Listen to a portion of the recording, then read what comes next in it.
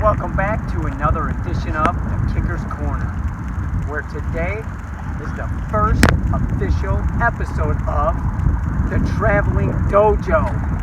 The Kicker's Corner is officially on the road. Why? Well, because I don't have a dojo, so everywhere I go is my dojo. But this is the first official episode of the Traveling Dojo. I'm not even kicking. What am I doing? This Traveling Dojo right here, this is the sand volleyball court of one of my local park districts. Big old swimming pool in the back with slides that, well, they're not open, but this is open. So instead of kicking today, I'm going to show you how to stretch in the sand. Sand is one of the best places to stretch. Why? A couple of reasons. One is because it holds your body in position, but it also gives. Right now, I'm exerting some effort here to hold it, but if you've ever stretched on any kind of flooring, a lot of times it'll just give, it slips. This holds, but if I want to go further, I just move my feet a little bit and the sand moves. Alright, so with that said, I'm going to get up and I'm going to show you the stretch that I was just doing, which is known as the straddle splits. When I was a kid, I don't know why, we called that the American splits. And the scissor splits going this way, we called those the Chinese splits. I don't know why. I'm going to show you how to do the straddle splits. Starting from this position right here. So the sand, it's nice and warm, which is good. Doing it out here in the heat and in the sand, it's one of the best ways to stretch. The body's already warm, so you're naturally loose. So from here, I'm just gonna move my feet, move the sand, until I get to a position where I feel a little discomfort. Discomfort is okay when stretching, but you don't want to feel pain. Not at all. If you feel pain, then you want to back off. And if you already have an injury, then either don't do the stretch or know your body well enough to work around it. Very important not to overdo it when stretching. All right, so right now I'm in a position where there's no discomfort. I can keep going. So I'm just gonna move my feet so the sand moves. And I don't know if you can see my feet because I'm kind of in the sand, but I got them like this. They're not out here. The sword edge of the foot is here.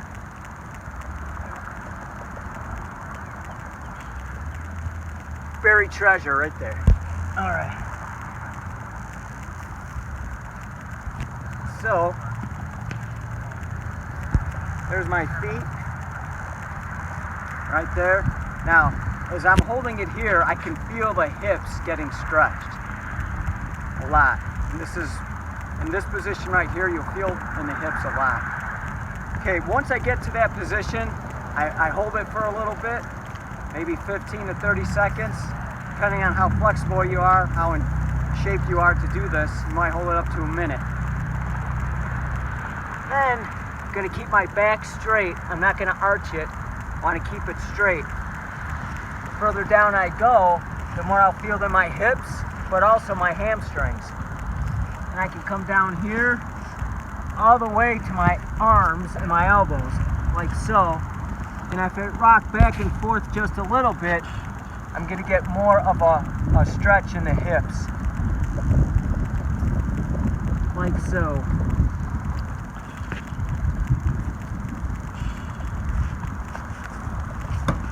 And then come back up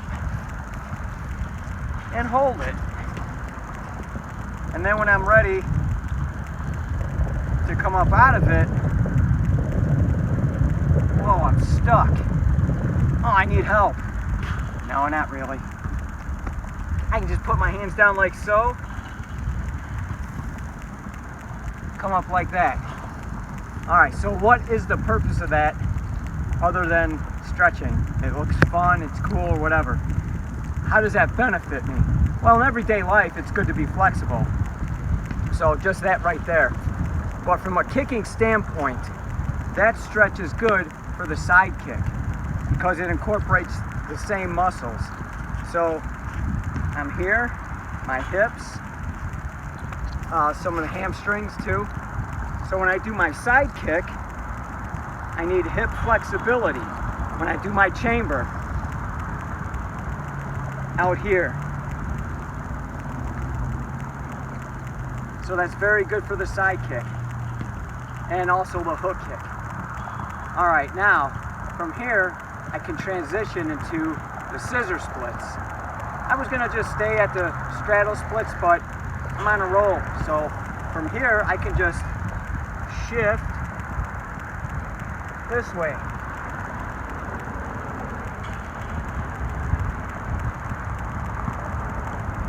Foot is up. I can be on the flat of my foot like this and just hold it here. My hamstring is getting stretched, my calf, the groin muscle on this side in particular, and the hip getting stretched a lot. And if I want to work it at a different angle, this is a little more advanced. I'll come over on an angle like this, get on the ball of my foot and just rock a little bit back and forth like this. And especially if you're tight in the hip, you'll feel it a lot.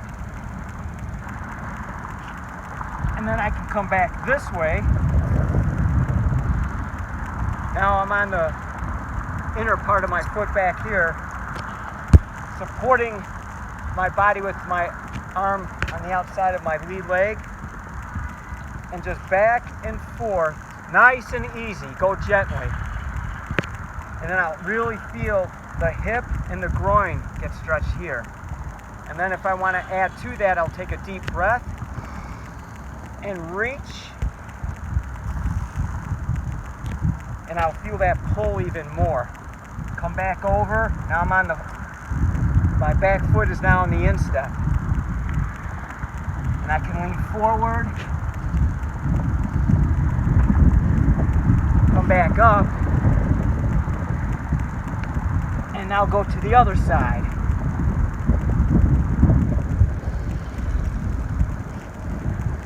Hold it here for a few, maybe 5 or 10 seconds. Come over to the other side here like this. Get on the ball of my foot in the back, and on this angle here, just rock it gently back and forth.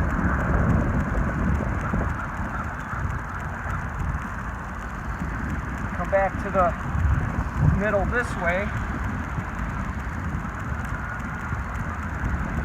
Nice and easy.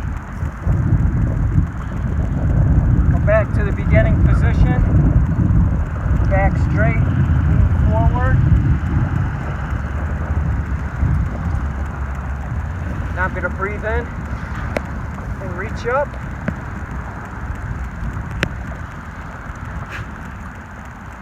Come back to the center. One more time in the straddle splits. And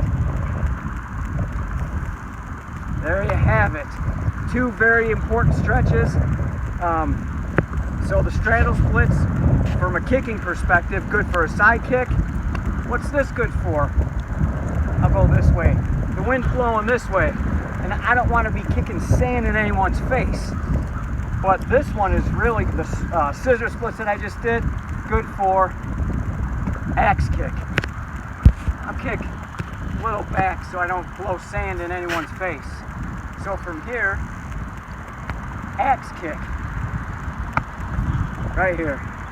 So, a very short but very important tutorial on stretching on your first episode of the Traveling Dojo.